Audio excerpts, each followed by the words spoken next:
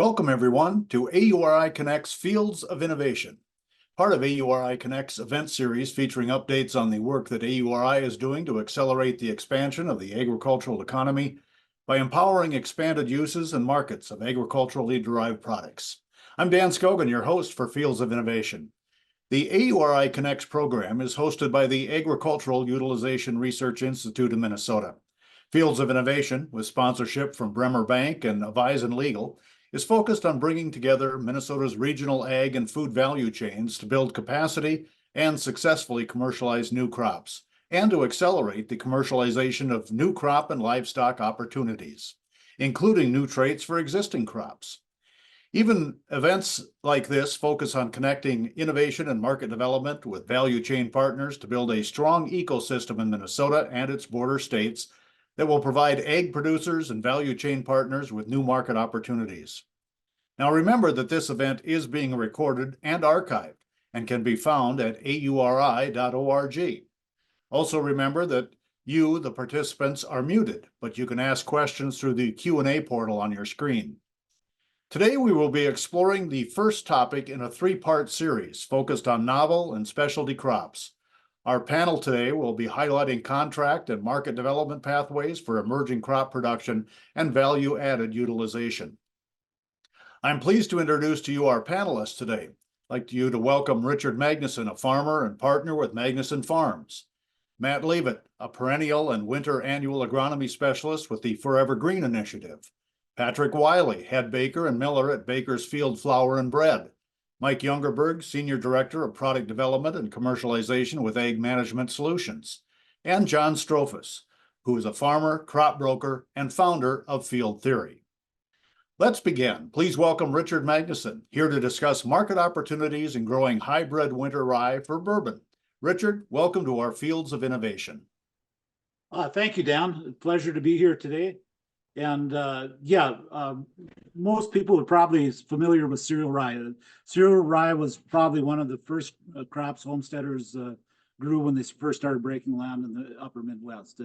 It's a staple crop in Europe. It's probably actually used for bread more than wheat at times in Northern Europe. So cereal rye has been around forever.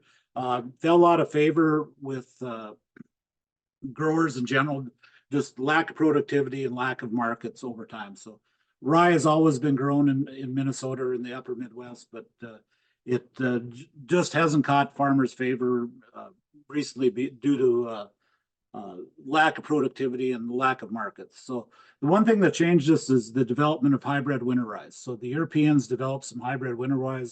The productivity is 1.5 to 2 times the yield of conventional open pollinated rye. The rye market, there's kind of 3 main segments in the rye market. One is the milling distilling market. That's the highest value, highest quality market. Rye is also used as a feed for animals, swine particularly. And then the third market is the cover crop market. Now, the hybrid rye cannot be used in the cover crop market.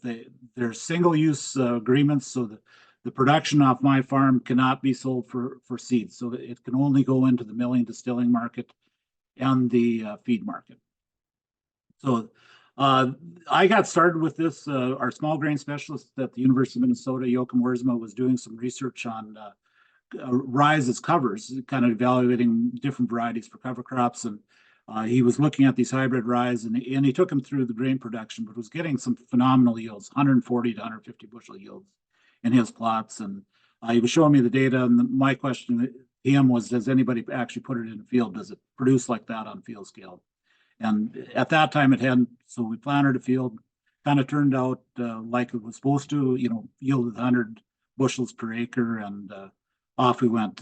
So now there's about 15,000 acres of hybrid cereal rye being produced in northern Minnesota, all going to a single buyer that ships it to Kentucky for the bourbon market.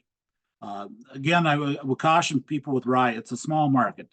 You want to know where you have a buyer or a market identified for it before you plant it.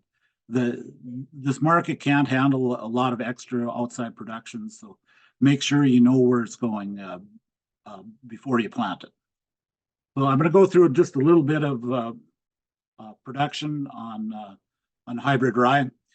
It's a fall seeded crop, so it's winter rye. So typically seeded in Minnesota in the month of September is kind of the general time for seeding.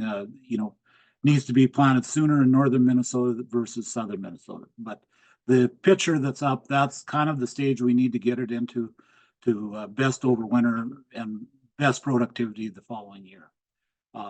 The seeding rates are fairly low. These hybrid ryes are actually seeded by seeds per acre. So the seeding rate is 600 to 800,000 pounds of seed per acre.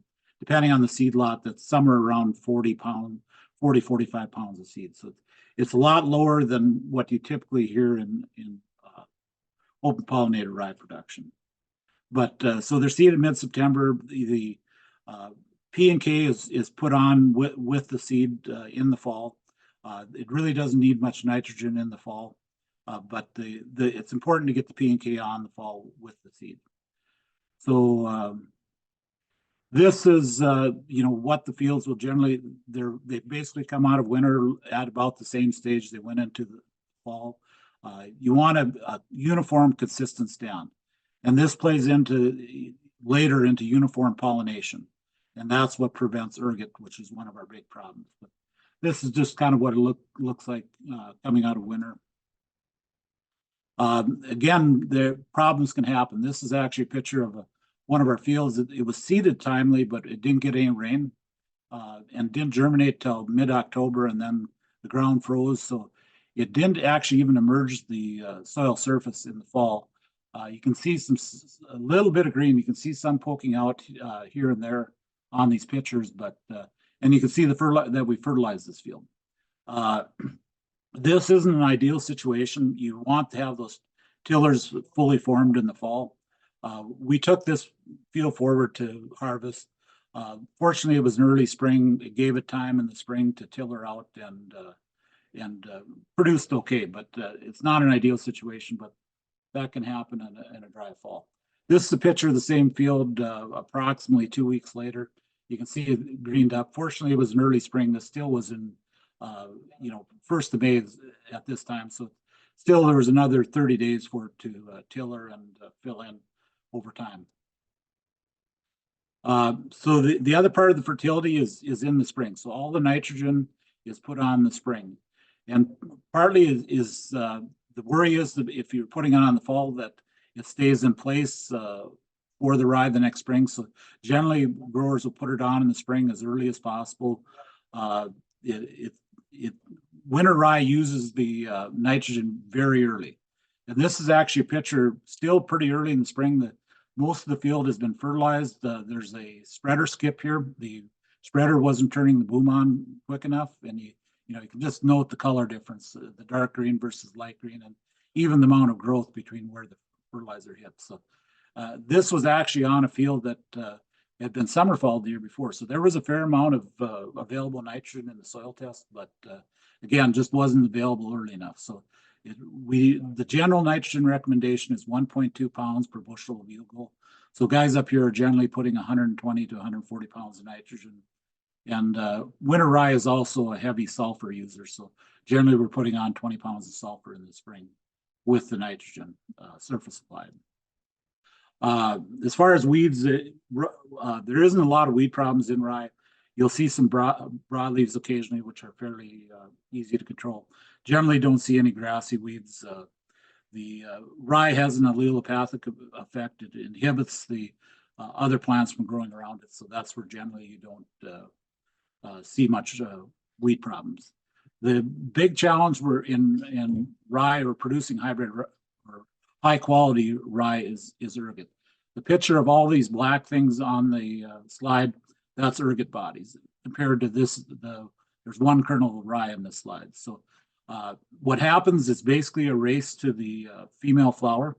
If rye pollen gets to the female flower first, you get a rye seed. If a ergot spore gets to the flower before the pollen, you get an ergot body form. Fungicide, there isn't any control for this outside of good pollination. So that's why we really want consistent stands that all pollinate at the same time. This is just a sample of rye out of the combine. You can see one ergot body in there. The limit is 0.2% for both human and feed consumption. If it's over 0.2%, it can't even be sold as animal feed. Ergot will have negative effects on lots of livestock and obviously in humans too. So generally it's not saleable over 2.2%. The areas that we will see problems with ergot is if you have drowned out areas or areas that for some reason head later than the rest of the field. There isn't the amount of pollen that is available with the main crop, so you'll see more ergot infestation in those later plants. This is just a shot at heading. We have seen frost damage one year. That's on the right, the whiteheads. That was a frost in June, about the 10th of June when the frost hit and was in the boot. And these areas that turned white, they won't produce seed, but they also won't get ergot. But obviously that cuts down on productivity. And even the frost that year was fairly spotty. But again, it's an issue that can happen because it's heading so early.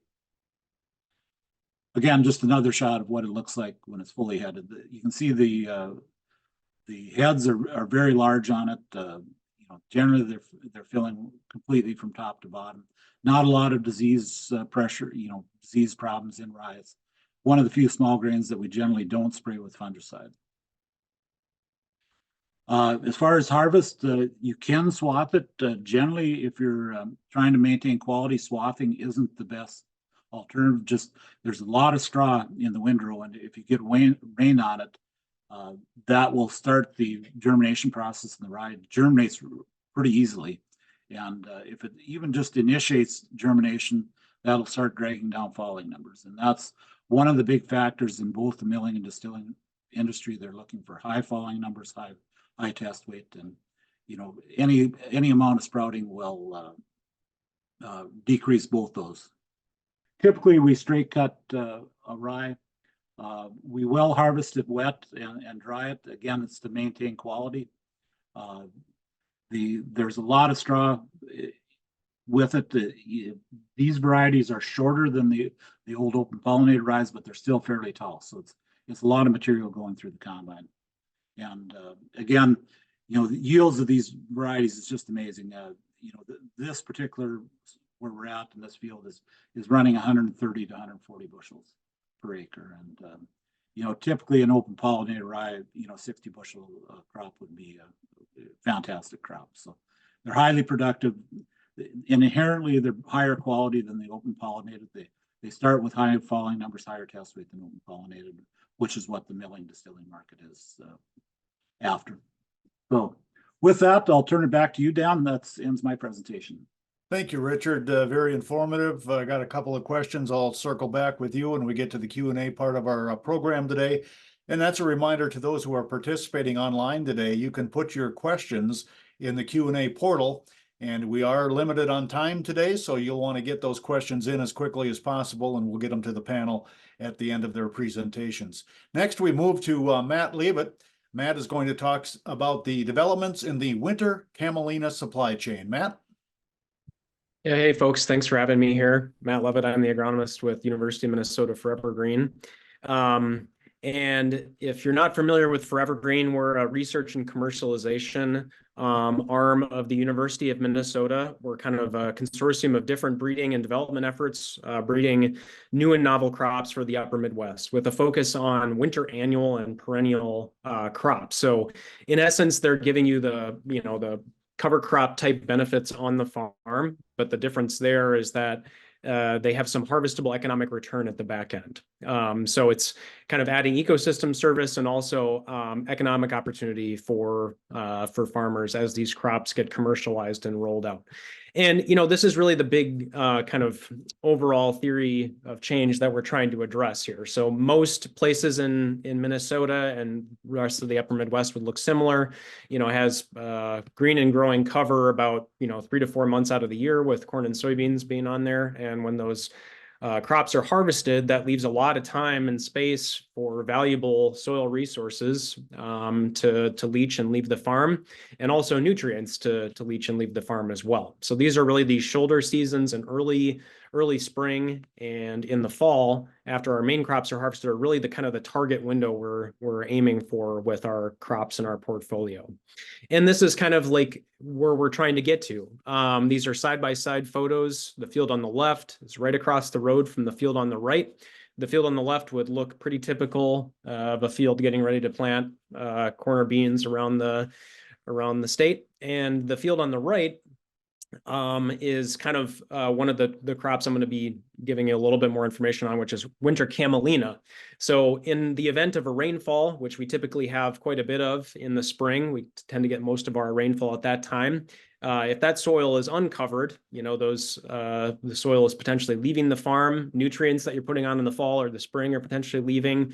Other nutrients like phosphorus are also leaving too. So the goal is to get, just like everything we've heard about cover crops, is to get a living root in the soil, protect that soil with green and growing crops, but also giving folks something to harvest at the back end as well. So I'll give you a little update on what's happening with winter camelina, which is a fairly new crop for most of us in the upper Midwest, but there's some kind of exciting developments here to go through. So if you're not familiar with what winter camelina is, it's in the brassica family, just like canola or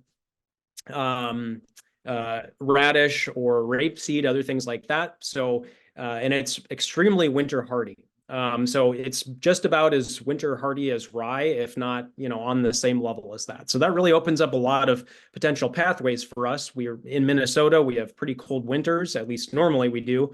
And, the winters can be pretty tough on crops overwintering. So that's really a benefit of incorporating this crop in the upper Midwest, where we have pretty short growing seasons and our time is limited on both sides to kind of get these crops up and get them mature before it's time to plant our full season row crops. And really the big desirable market from a lot of people's standpoints is from the renewable fuels industry. So big oil major companies are looking very carefully at crops like winter camelina, like winter canola, like carinata, because they don't interfere with your, full season planting of corn and soybeans. They can kind of slide in there in those, those brown parts of the year, what I showed in the map a little bit earlier.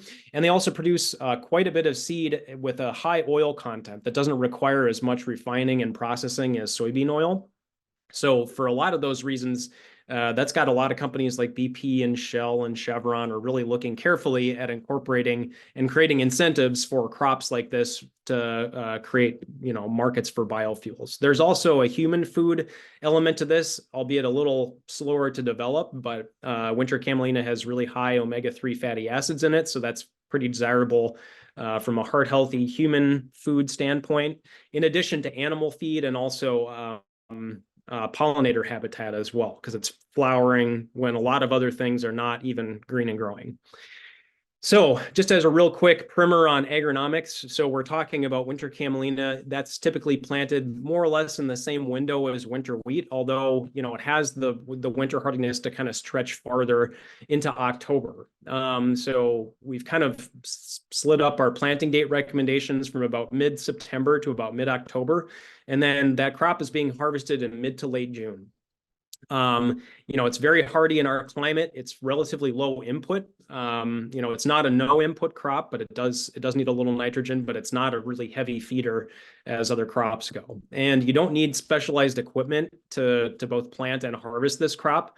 You do have to make some adjustments to it. It's not like, combining corn and soybeans, but it can be done with existing equipment that's out there. And it typically yields somewhere in the neighborhood of 500 to about 1,200 pounds to the acre. I think we're going to get a lot more truth test of those numbers on a field scale this year, because we've got about 1,500 acres in the state, up from about, less than a couple hundred just a few years ago. So it's been a lot of growth in a short amount of time.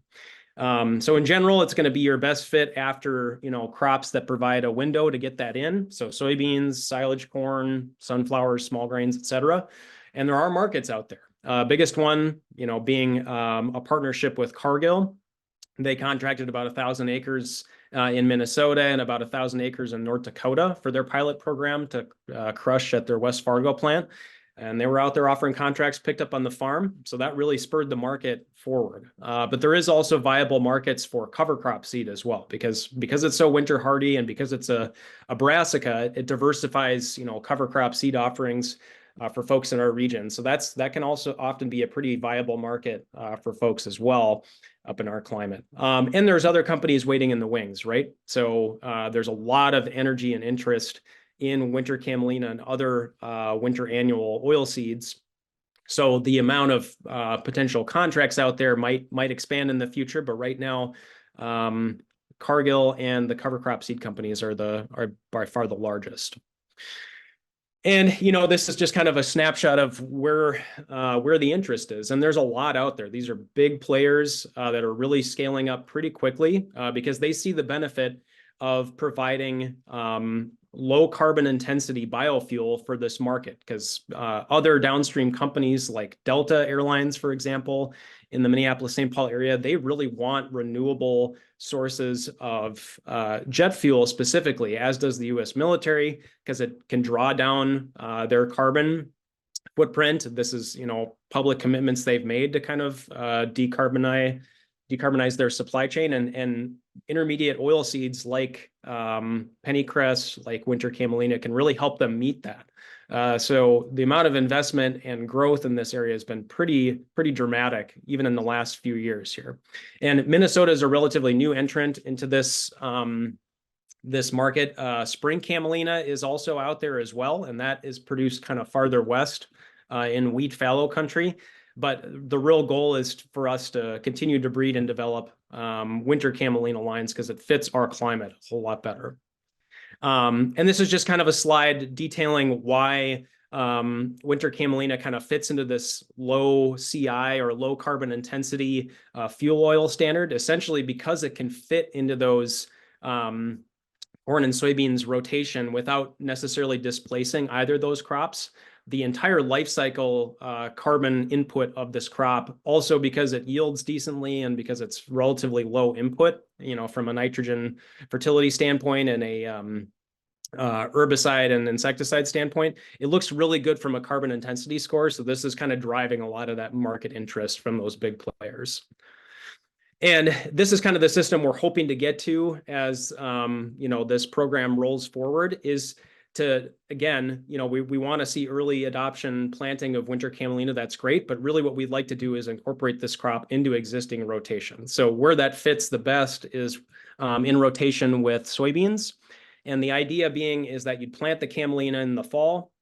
It would overwinter, create a rosette. You could go through and plant soybeans right into this established crop, harvest the camelina over the top, the soybeans come through, and then you harvest those soybeans as well. So you get 2 harvestable crops in one season. There's also some work being done on double cropping as well, which might lower barriers to that, because that kind of takes out some of the equations of how you relay crop. But these are kind of the systems we're trying to incentivize and push forward to really, aim at that market of being a low CI fuel.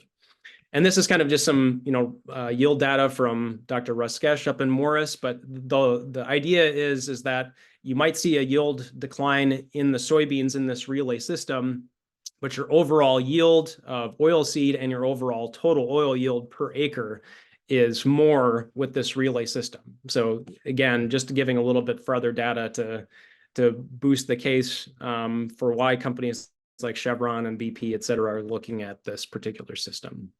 Also, camelina does a very good job at reducing nitrate loading, equivalent to winter rye. So this is, again, kind of pointing to the ecosystem service component of this crop. So where are we seeing kind of current gaps in the Midwest? Obviously, we'd like to see more markets. It's kind of limited by, where the current interest and investment is. Obviously, we have a pretty short growing season here, and it's fairly well dominated by corn and soybeans, which dominates the majority of the growing season time. So right now we'd like to see that grow in terms of value added options. So that means food grade type uses. And I think that will come. But right now, cover crop seed is currently the only value added market there. And the risk is largely on the producer. So, a lot of these companies are really stepping up to the plate and incentivizing production, but, there's a lot of gaps to be filled by producers. They have to learn how to harvest it, grow it, incorporate it into their systems, figure out the relay system. So if they don't get a crop, that's a lot of risk on their shoulders. In addition to the fact that currently, as it stands now, there's no insurance coverage for winter camelina. We feel like that's going to change in the near term, because both on the U.S. national level and on the state level, there's a lot of awareness of building supports for these crops. Also, distance to markets can be a barrier for adoption. So a lot of these are traveling to Canada or to North Dakota. So there's kind of a lot of infrastructure and trucking there that needs to happen. And it can kind of limit the wide scale adoption of these crops. There's also a lot to learn about how to viably clean this, harvest it, process it. There is some efforts in southern Minnesota from a state grant to boost kind of the aggregation and pre-cleaning of this crop, which is a great development. And we hope to see kind of more of that as this crop gains more of a foothold, in addition to kind of some of the more wide scale supports, like I already mentioned, crop insurance, et cetera. So kind of where we are right now, there's a large partner contracting camelina at scale. That's great. There's about 1,500 acres going up in the state from, like I said earlier, about a couple hundred.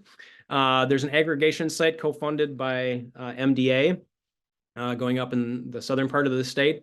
And our breeding focus at the University of Minnesota is really to widen the scope of the adaptability of this crop by breeding shorter maturing varieties. So just kind of speeding up the development of the crop so we can easier fit a soybean or some other crop in after that, and kind of lessening the pressure on our short growing seasons. There's also quite a bit happening on the policy level, which is really exciting.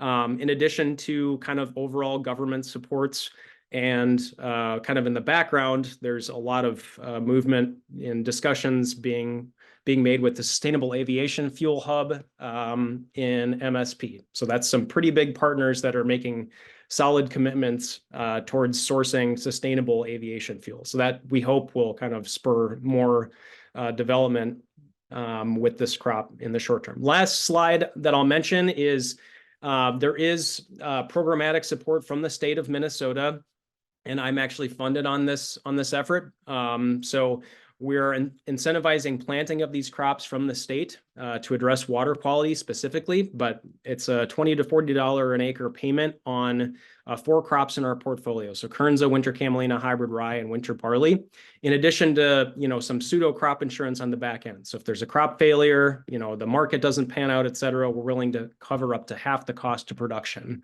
And until crop insurance becomes more viable, this will kind of backstop that program. So hopefully that gave you a little bit of an overview of what's happened with the crop, and I will turn it back to Dan. Thank you, Matt. Already a couple of questions have rolled in on your presentation as well, so we're looking forward to the panel discussion at the end. Next, though, we want to welcome Patrick Wiley to the screen. Patrick's giving his perspective on regional small grain chains. So, Patrick? Hello, everybody. My name is Patrick Wiley. I am the head miller and baker at Bakersfield Flour and Bread in Minneapolis. Today, we're going to be talking about kind of our role in the regional grain chain from kind of a mid-level producer perspective and also from the perspective of end users. Go ahead, next slide. So a little bit about Bakersfield. We are trying to sort of revitalize Minneapolis's rich milling history. We're doing that by bringing back stone milling, which is a very old practice of milling, but is not done by very many people anymore. So we're sort of bringing that back. And we specialize in baking naturally leavened breads and pastries. So we're working primarily with sourdough breads. And typically we are sourcing to the natural food co-ops here in the Twin Cities, as well as other grocery stores, local restaurants, and even a couple of farmers markets. We sell our flour as well. So we sell to local bakeries and also a couple of different regional bakeries across the state. We source all of our grains directly from small family farms, primarily in the upper Midwest. About 80% of that usage comes from Minnesota, with the other 20% coming from North Dakota, Wisconsin, and South Dakota. Next slide. So we work primarily with organic grains. About 98% of the grains that we source are organic or regenerative organic. On the right here, you can see one of our farmers, Luke Peterson, from A-Frame Farm out in Dawson, Minnesota. We source quite a bit of wheat from Luke. We've also sourced things like corn and kernza from him as well. At Bakersfield, being a bread bakery, we're sourcing primarily wheat. So about 92% of the grain that we source is wheat. We have currently 8 different wheat varieties. We primarily are sourcing hard red spring wheat. Grows really well in this region. And obviously it has great qualities for making good flour for bread. About 5% of the grain that we source is rye. And then the final 3% is made up with sort of smaller specialty grains like barley, malted barley, corn, oats, rice, and even a little bit of kernza. Next slide. So our specific role in the grain chain, we have a couple different things that we do. We're gathering first the needs of our customers. So we're trying to figure out what grains, what flours that they want to work with, whether it's a pizza place or another bakery or maybe somebody who's making cookies or something. They might want to work with a specific type of grain. So it's our job to find growers for that. So we reach out directly to our farmers and we tell them how much grain that we need to make it through a season in order to meet those demands from our customers and also of our own bread production. So we're always planning our future harvests with them well in advance. So usually every spring we reach out to them and say, here's the amount of grain that we think we're going to go through in the following year. So we have about a year and a half planning time in advance.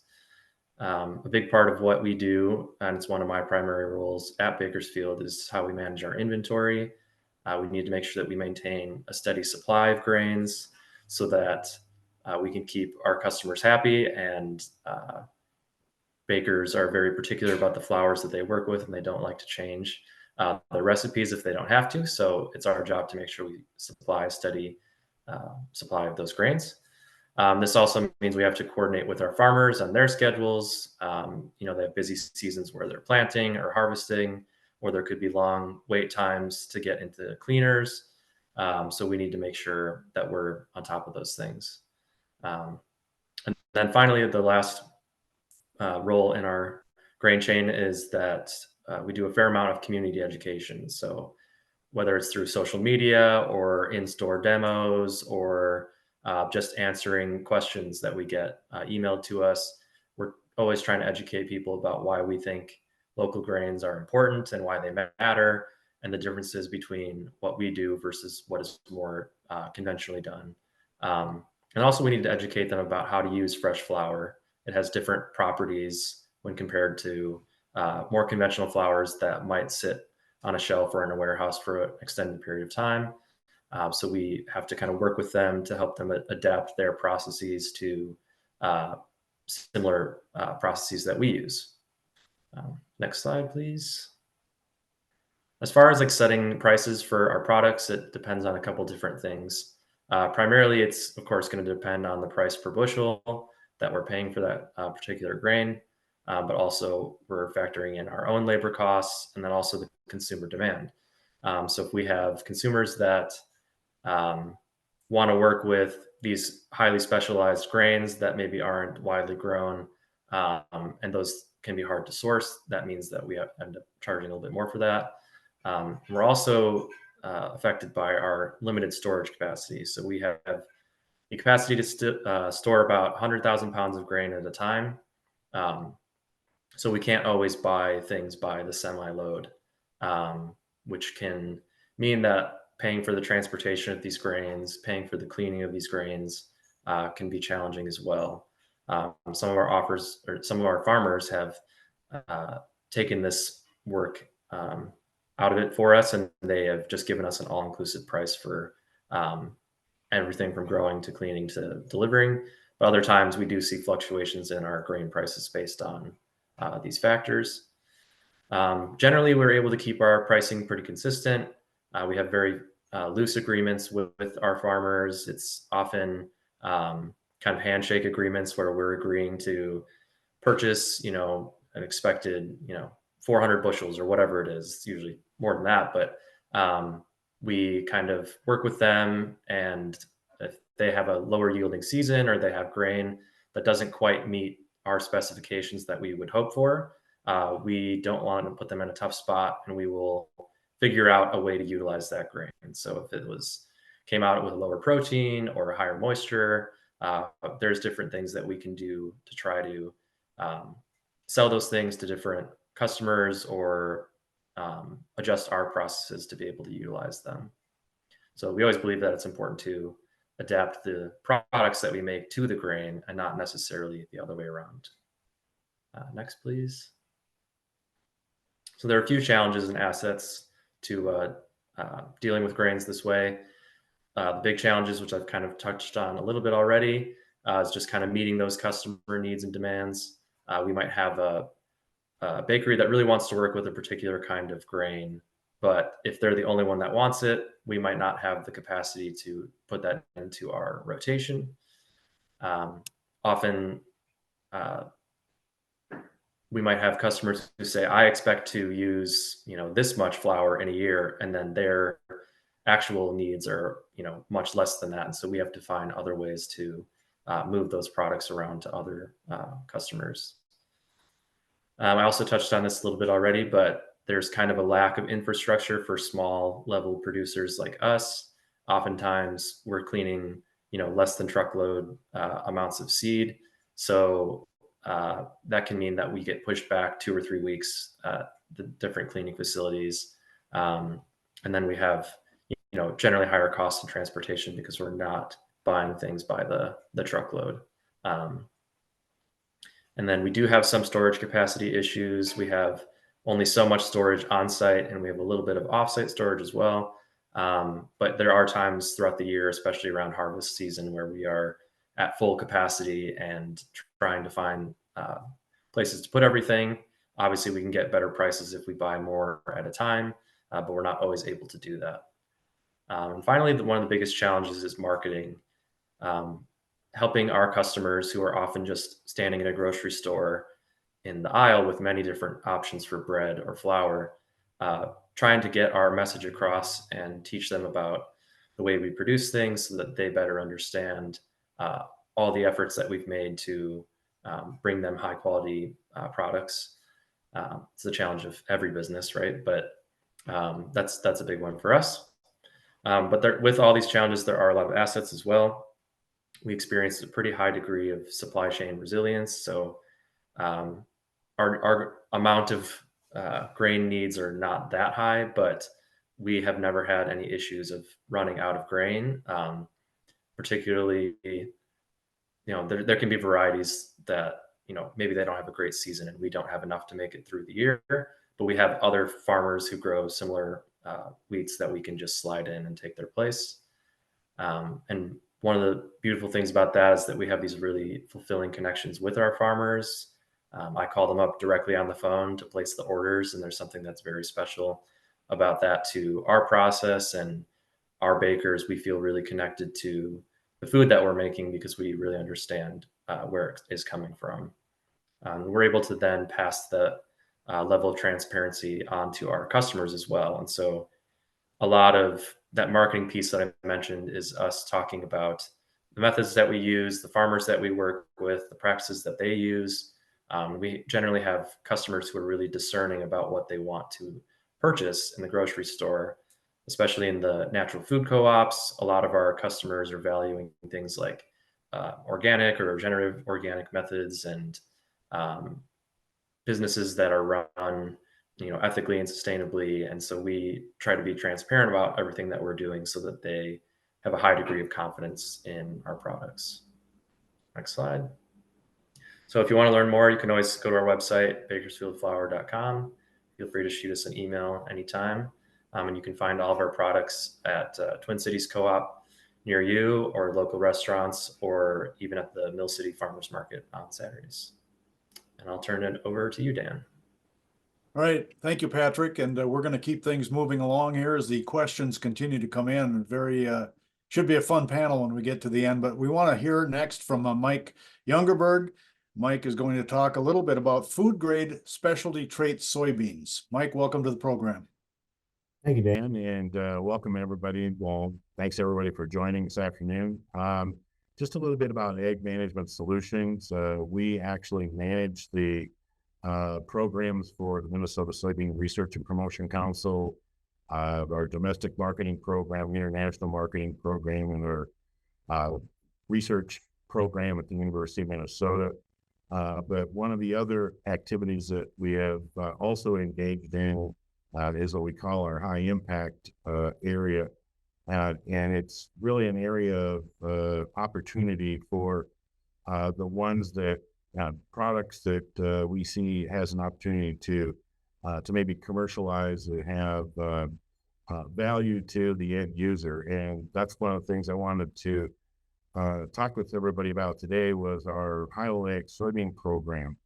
And it's an opportunity for both consumers and industry. It's really been a interesting and growing area. Maybe just a little bit about the high oleic soybean industry. Really, the industry really grew out of the need to improve the our regular soybean oil, for food use and especially soy food markets.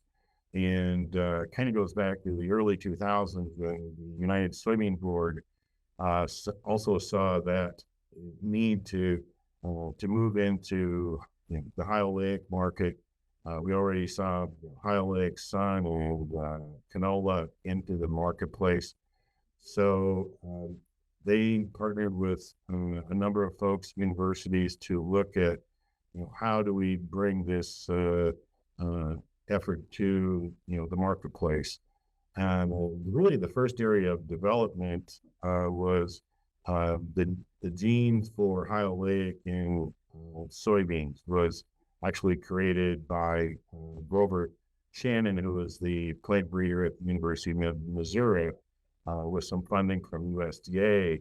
So the United Soybean Board, through its Qualisoy group, is what was a collaboration of plant breeding entities and whatever, said, we need to help move this to the market as quickly as possible. And really the first high oleic development was directed more at the varieties that were done through the genetic engineering model. Many people would probably notice recognize the name Plenish, which was the DuPont product, was the very first GM high oleic that hit the marketplace.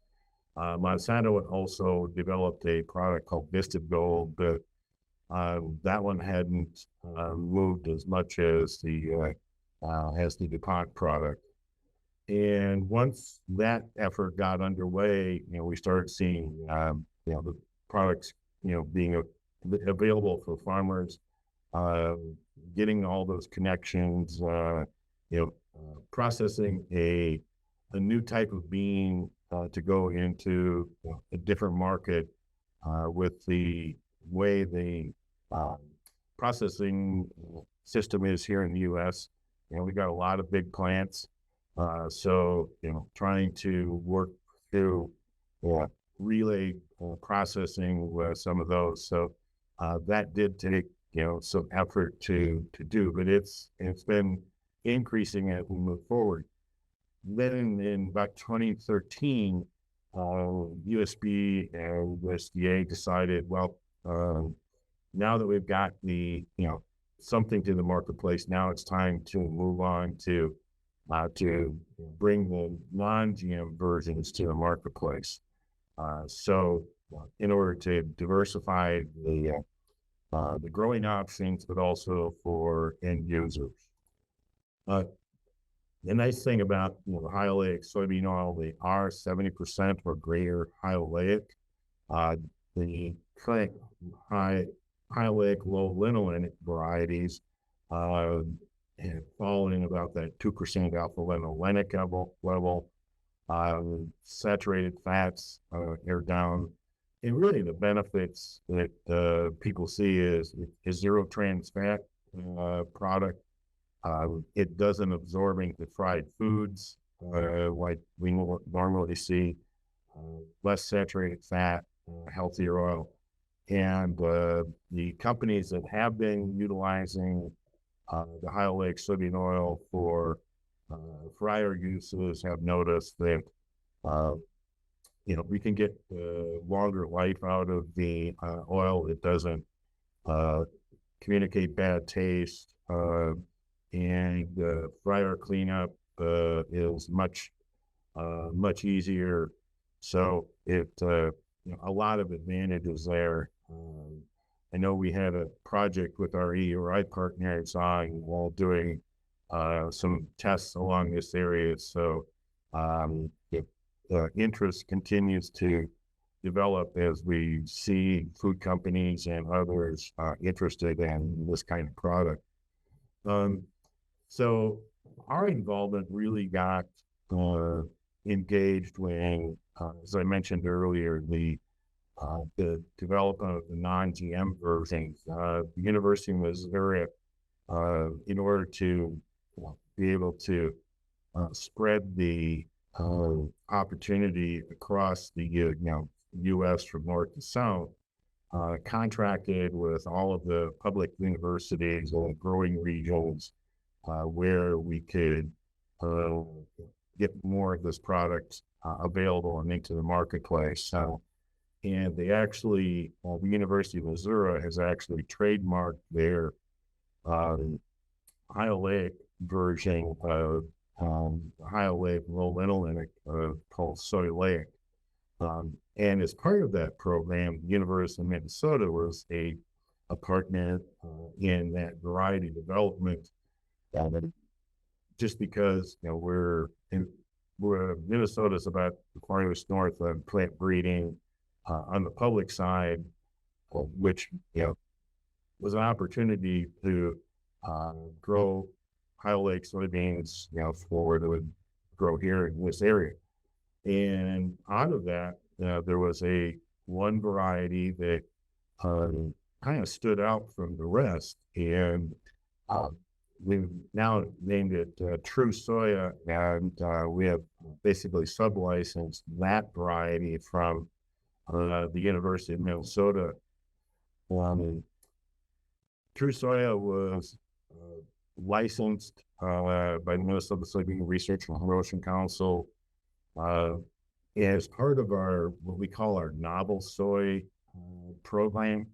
As I said earlier, we are always looking for soybean varieties that have some other commercial benefit. We have some other varieties beyond our True Soya now that we're working on as part of our high impact that include low allergenic soybeans, a soybean that is low in saponins. Saponins is one of those components of the soybean that if we do have a lot of soy going into aquaculture markets, and some of those have some very sensitive digestive systems. So a low saponin bean fits well into that marketplace. We also working on some higher oil content beans. As others have stated, the desire for crop oils of all kinds, to feed these renewable fuels markets is out there. So it is always where's that next opportunity coming from? So, well,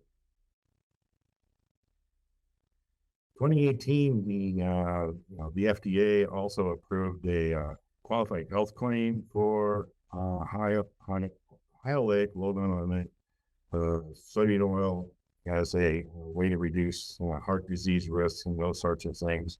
So that's when one of the market drivers to people looking at high oleic soybean oil for the market.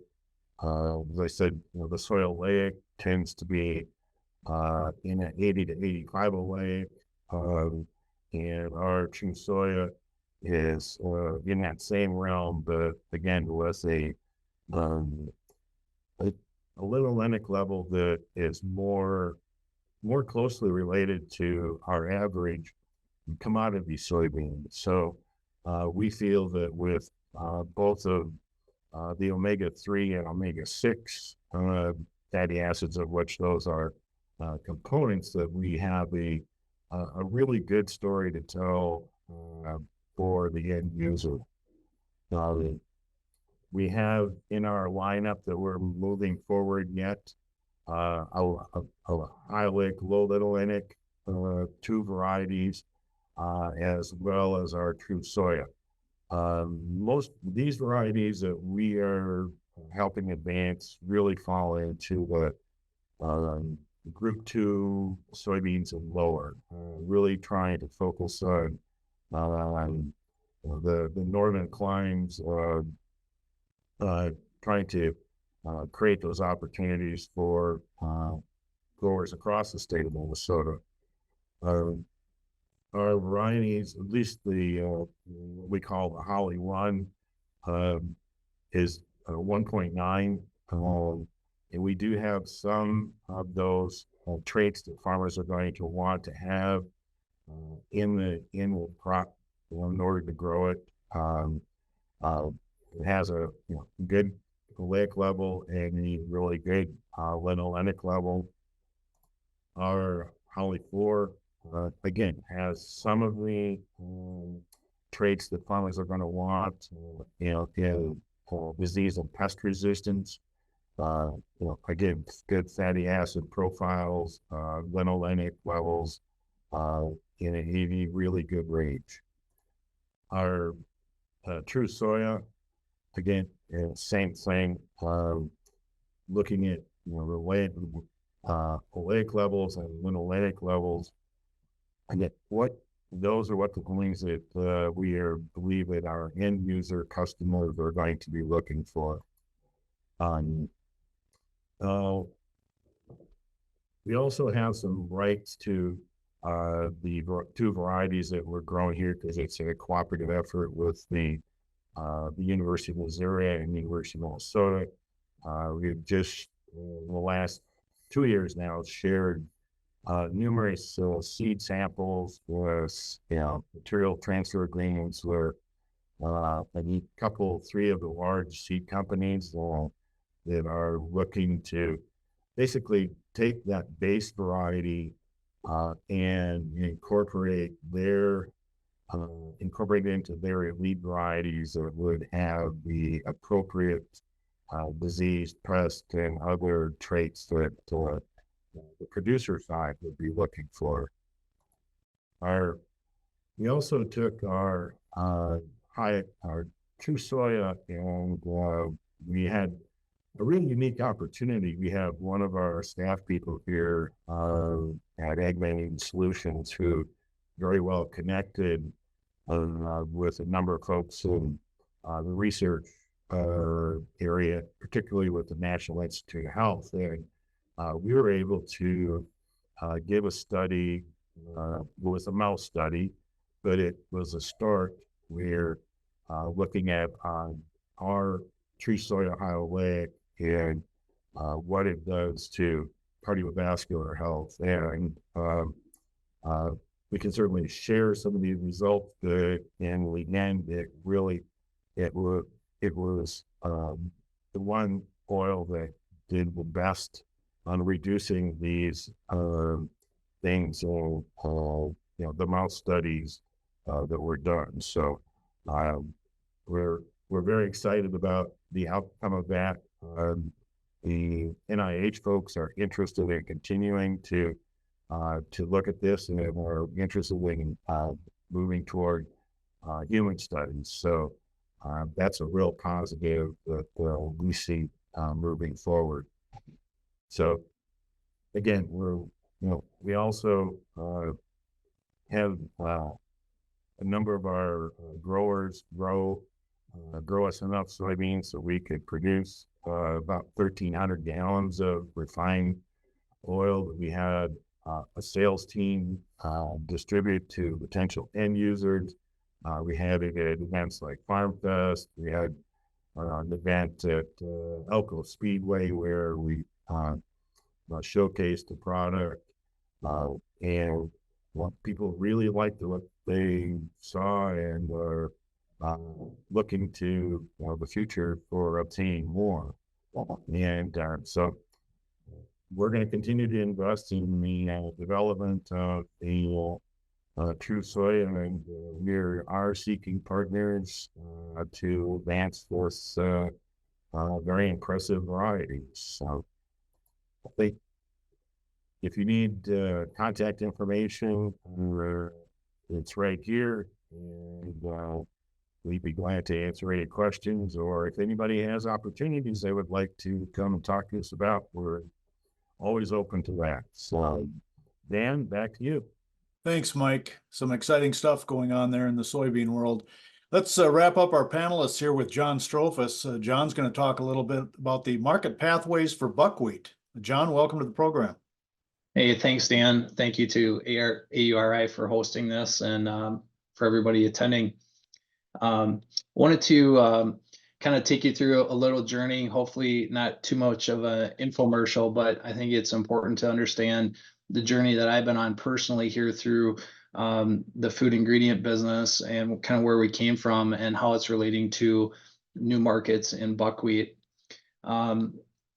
Little history. So I came from a small farm here in Hastings, Minnesota. We did a lot of horse boarding and not a lot of row crop work, and kind of a long story, but went through the IT industry and now back into ag. And we run an 800 to 1,000 acre farm of many different crops. In 2016, we started Minnesota Hemp Farms and wanted to be the first to grow hemp in the state of Minnesota. And so we did that. And a lot of people know me as the hemp guy, but we're doing a lot of many different things, including buckwheat, which we'll get to in a moment. So we started selling hemp in the bulk seed market to or processed ingredient, food grade quality to other brands for incorporation in their particular ingredients. And we had, many different products that people have seen before: hulled hemp seed, cold pressed hemp seed oil, non-CBD, and protein powders. And at the same time, we created the CPG retail brand called Field Theory. And we put basically those ingredients into those CPG products at retail. And then we started evolving our CPG line into baking mixes, and also bringing in upcycled spent brewer's grain. And so we work with other companies like Net Zero. We've been part of many AURI discussions on their upcycled grains. And basically the objective here was to showcase how we can use hemp seed as an ingredient in other baking mixes. And this is essentially a model that we're trying to use go forward in the brand. So I think that's worth showcasing here. And then what's happened through our connections with the hemp seed business, we were connecting with these brands. Brands were seeking out different ingredients, and knowing that we also had a farm and a network of farmers that we work with, were asking us for other ingredients. So it started with sunflowers. It's evolved into buckwheat and many other crops. So basically, we have evolved the model of our company into a comprehensive foods company. So Field Theory Foods now still sells hemp seed, of course, but we're selling sunflower processed ingredients. We're working with some oats, and now doing a lot of buckwheat. Basically, we've transformed the company into these three silos of bulk ingredients, which focus on hemp, specialty ingredients like buckwheat, and then still our consumer packaged good side. And then this slide kind of represents some of the larger areas of focus. It was great to hear about some updates in hybrid rye. We're very interested in that because we work a lot with organics, and rye is such a huge part of that. So there's a couple of terminologies which relate to markets today.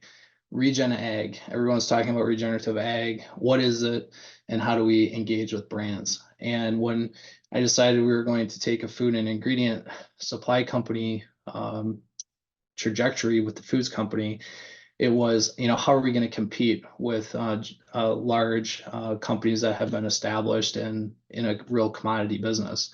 So one way is to look at organics. So we have, familiarity with organic production on our own farm, as well as our customers. But then the other side of it was, how can we capitalize on regenerative agriculture, because we're able to move fairly quick and nimble, and everyone's talking about that. The brands are seeking regenerative supply chains, but nobody really knows at the large supply level how to make that happen and make it authentic. And that is really critical to the success of the buckwheat program that we have developed. Partnering with brands, this is key to the market development, I think, because you're seeing these brands want to connect with the farmers. The farmers want higher value, so they're wanting to connect with the brands. The problem is that there's a lot of heavy lifting that has to happen and frustration on both sides. So farmers don't typically know what COAs are or certain specifications and how to present crops and in a format to buyers who have QA departments and stringent food safety protocols.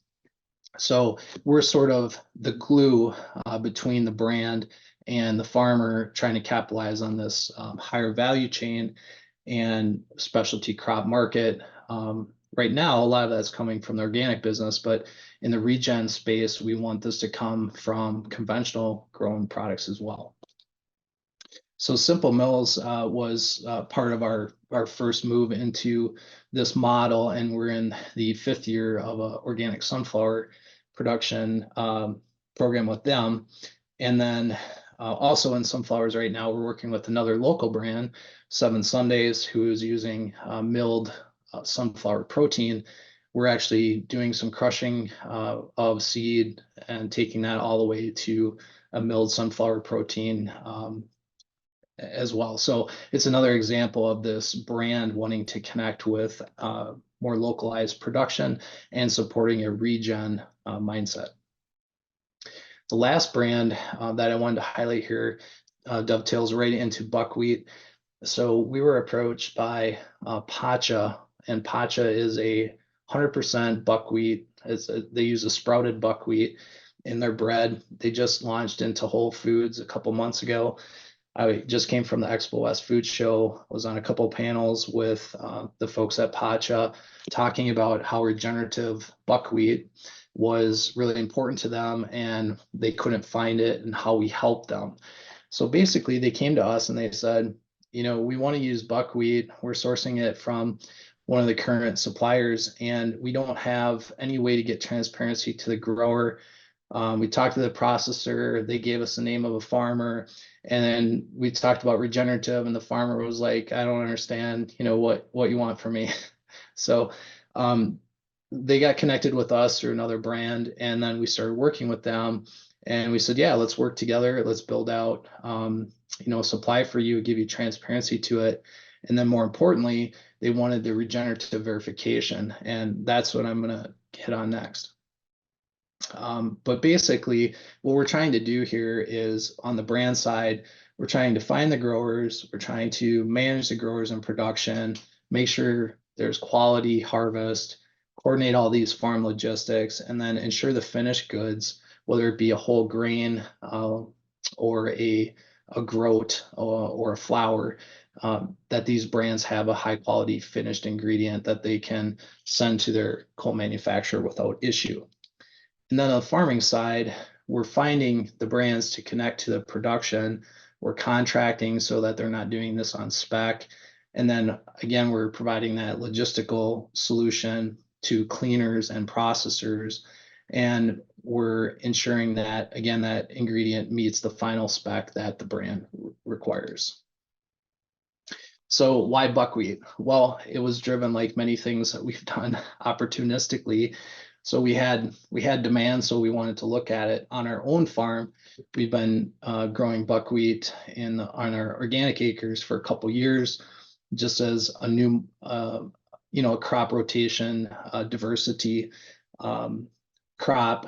Buckwheat is very common as a cover crop, but from a food ingredient perspective, buckwheat is a gluten-free crop, so it's in high demand for gluten-free ingredients, and it aligns with other crops that we offer.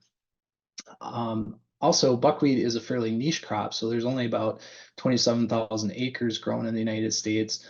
That was old USDA census data, so I'm sure that's increased some, but it is still not significant in any way.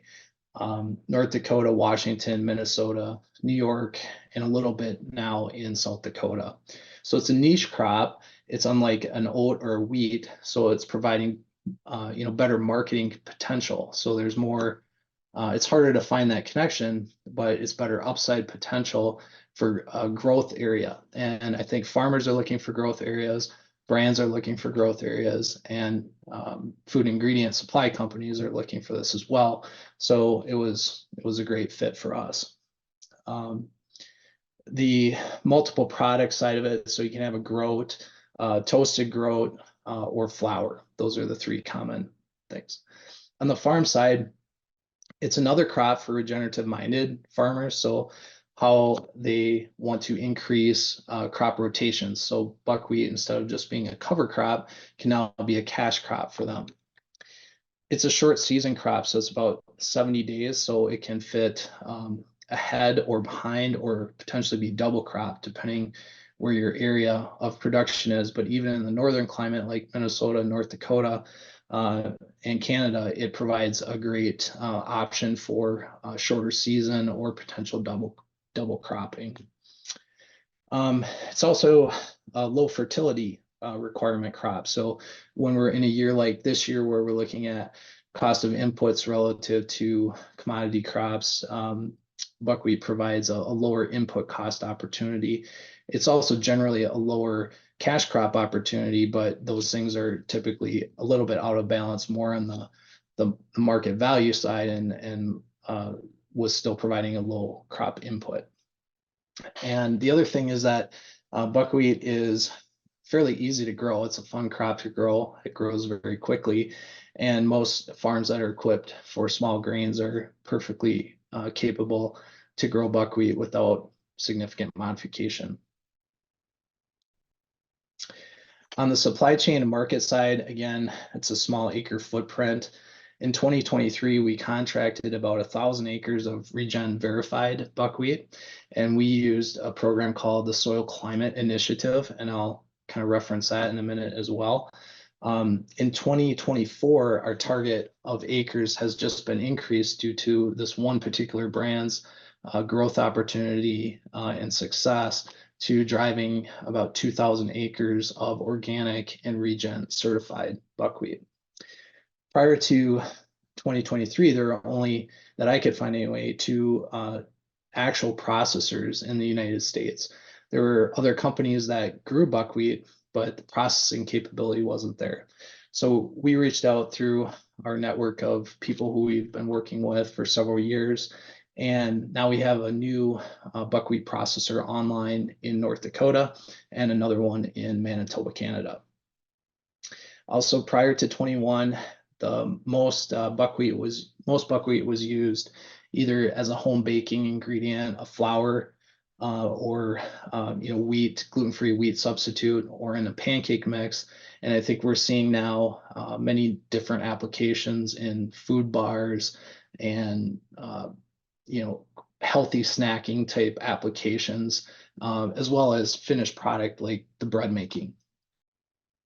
More brands are emerging that are interested in buckwheat. At Expo West, California, the largest food show in natural products, there were several buckwheat brands that were there. So our focus is to try to create a cohort really of those brands and start supplying them at scale, because it's going to help leverage costs. It's going to help give us diversity and risk reduction in this area.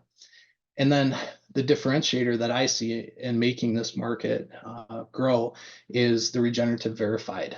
And what does that mean? So we hear about regenerative agriculture, and everyone's using this term now, and some of it's appropriate, some of it's not. And what's happening is driving verification, of course. So now companies like Whole Foods at the grocery level, they're saying, hey, brand, you can't just say it's regenerative. We want you to prove it. So how do we prove it? So there's verification organizations that are coming about. Regenerative Organic Certified, ROC, ROC, is a very big one and has great adoption right now at Whole Foods in particular. Another one is called Regenerified, and there are a couple others. The one that we have worked most closely with and helped shape the program to some extent is SCI, which is Soil Carbon Initiative. They've actually just rebranded or changed their name to Soil Climate Initiative. And what I love about SCI in the regenerative verification space is that they're providing access to farmers to participate in this program who aren't just organic. So they're conventional farmers who want to make soil health improvements. They want to learn more about cover cropping. They want to figure out how to use no-till practices. And more importantly, they want to add another crop like buckwheat to their crop rotation. So it's a great alignment with these specialty crop markets and hopefully driving premium for everybody in the supply chain. And then I just have a few slides here. I wanted to provide these for reference about Soil Carbon Initiative and what is involved with that. SCI was built by farmers being part of the framework discussion. So they are able to basically meet the farmer where they are. So they're not a litmus test for whether your ground is organic or not, or whether it's regenerative or not. They're saying wherever you are, that's your baseline. And then you're essentially judged against yourself for these improvements. And that's it. Back to you, Dan. All right, John, thank you. Sorry for pushing on you a little bit there at the end, but we do want to get to some of these questions. And we've got some producers that are participating this afternoon. So I just want to go around the table here real quick because there's a question about when your crop is typically harvested. And I think most of you touched on that a little bit. But John, while I've got you on the screen, when do you take the buckwheat? Buckwheat for us is planted generally second week of June is kind of what we're looking at, first week of June possibly, and then we're taking that off mid-August, and that's really great so that we can get a good cover crop down for the next season. And then rye being one of them. Okay, Richard? Yeah, the winter rye is typically, harvest comes in northern Minnesota late July, first week of August, but harvest would be earlier as you move south. How about Matt on the camelina? Yeah, camelina is typically ready to harvest. It does depend on planting date a little bit, but mid to late June, maybe first week of July if the spring is cold and delayed. And Mike, I think we know soybeans pretty well, but when typically do they come off? About September, mid-September we'll usually start harvest, depending upon, if they're, how far, up and down the state we are and, the growing region.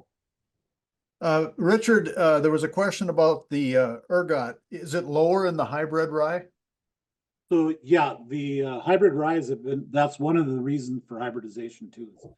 There really isn't genetic resistance to ergot itself, but how they get around it is by a high pollen shed. The more pollen you could shed when the female flowers are out, you basically get rid of the ergot by getting the flower pollinated. So these hybrids have an incredible amount of pollen shed to the point that when they're pollinating, there's a cloud. It looks like a dust storm out there. There's so much pollen in the air. Matt, can you say a little more about the animal feed markets for winter camelina? Yeah, to my knowledge, there's no folks using at least winter camelina meal. It is approved for hog poultry feed and cattle feed at less than 10% inclusion. That's mainly due to the glucosinolates in the meal. One of the things it's going to be addressed through breeding is to lower the glucosinolate level in the meal. You can also, adjust that through processing as well of the meal.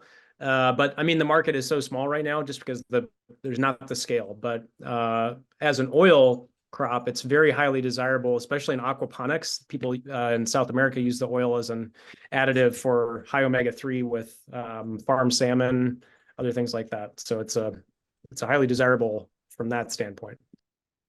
Patrick, have you done any analysis on your baked goods as far as health benefits, or are you just confident that they're there?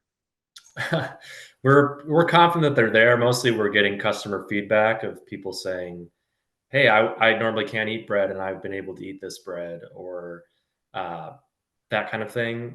We did kind of send out some samples of flours recently to get them tested to compare stone milled flours compared to more conventionally milled flours, just seeing if there's a difference in the nutrition there, but we're still kind of waiting on that information to come back. And John, I know buckwheat is a fairly old crop, but what brought you back to it? I think you touched on it toward the end of your presentation, but what brought you back to buckwheat? Well, we had heard about buckwheat as a cover crop, so that's how we first looked at it, and then realized that there was an actual market for it. So that was the primary reason, is just looking at another crop in the rotation or using as a cover crop.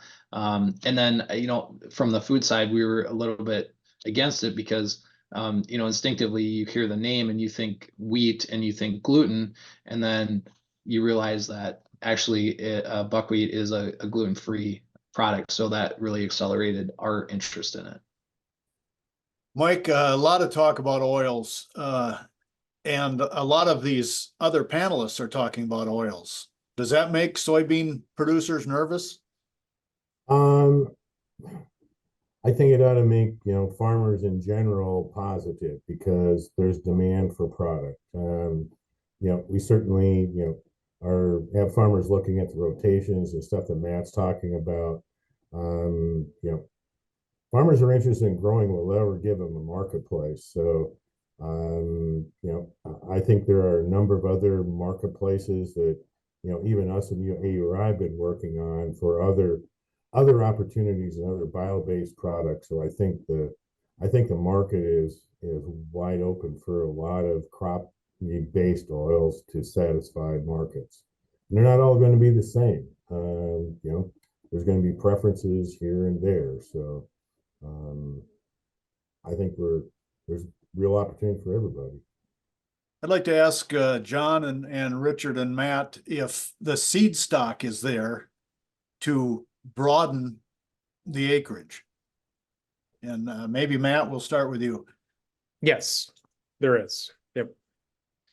In fact, one of the big companies that just got a big multi-million-dollar climate smart ag grant from the feds was Millborn Seed, and their whole effort was to scale up cleaning infrastructure and supply of camelina for cover crop, but also it's kind of going into this oilseed market as well.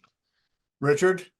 Yeah, there isn't any problem with seed quantities. The big thing is to have the markets define where it's going before you plant. It's again, with all these specialty crops, they can be overwhelmed in an instant with too much production. So need to know where your market is before you plant.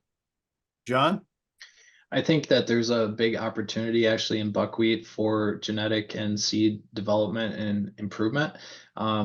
Right now, availability of seed is there from a VNS perspective, but less so on named varieties. And obviously, varieties play a crucial role in processing. So larger seed and higher farm yields would be the improvements needed.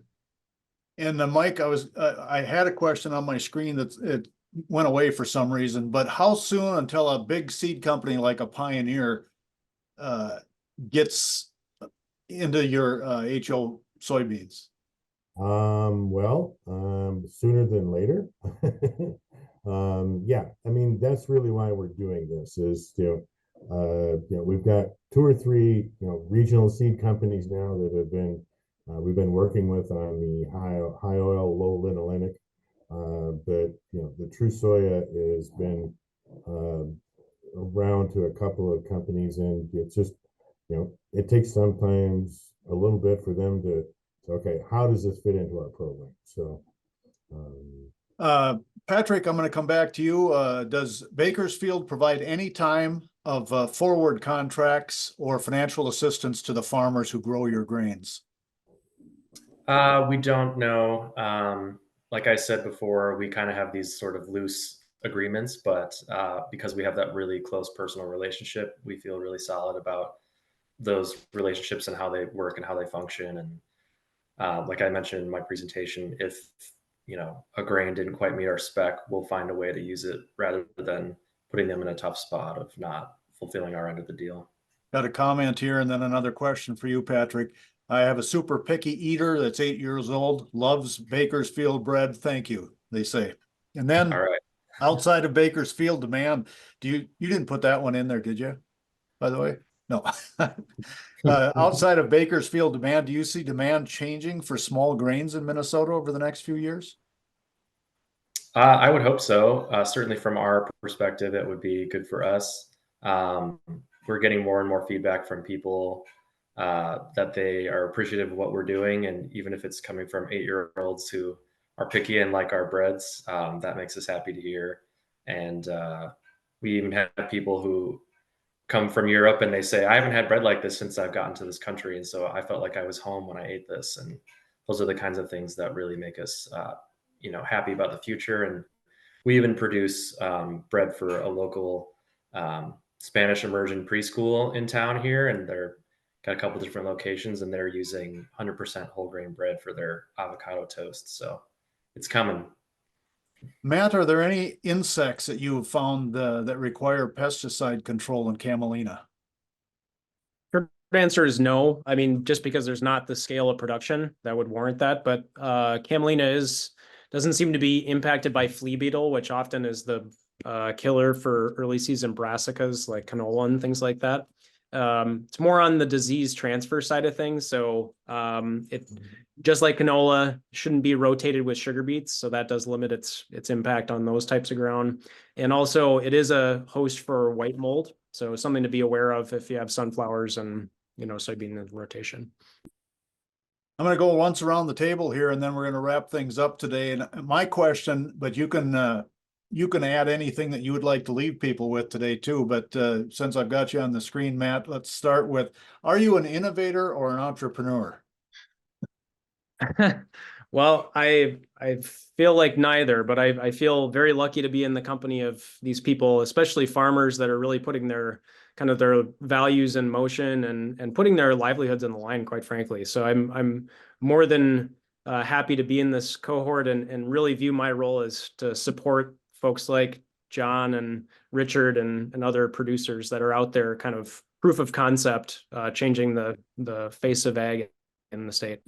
Patrick, which title would you wear?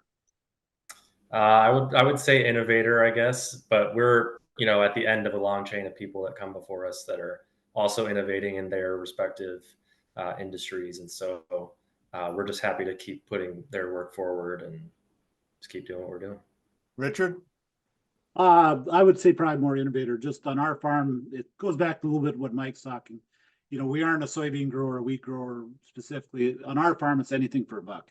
So we've grown over the past 20 years, we've probably grown 30 different crops on our farm, from time to time. It's whatever there's profitability, and that's what really on the farm gate it comes down to, is profitability. John, how do you look at yourself? I'm still trying to figure out what I want to be when I grow up, but I would probably say I feel aspects of both. Both are great titles, but I would say entrepreneur. I think what we're really good at, or I'm really good at, is looking at these innovative ideas and enhancing them and making them even better. So where that fits in the spectrum, I don't know. And Mike, you and the soybean group? Well, actually, I think both hats, because we've actually established our Ag Innovation Campus up there in Crookston, which hopes to take those innovations and turn them not only soybeans but any of the other crops that we've been talking about here into, so we're a bit entrepreneurial on that side to drive innovation, I guess. Well, I want to thank everyone for great presentations and a great discussion today. Now, remember, a recording of the entire conversation will be made available at auri.org. That does conclude our AURI Connects Fields of Innovation program for today, presented by the Agricultural Utilization Research Institute of Minnesota. AURI's mission is to accelerate the expansion of the agricultural economy by empowering expanded uses and markets of agriculturally derived products. Thank you to the participants today, and we hope that you'll be joining us in April and May for parts 2 and 3 of this series, where we will be exploring post-harvest handling methods and quality control targets, and we'll be showcasing some regional models for specialty crop aggregation and marketing. Also, don't forget to register now for the April 9th New Uses Forum, Bioindustrial Innovations and Opportunities.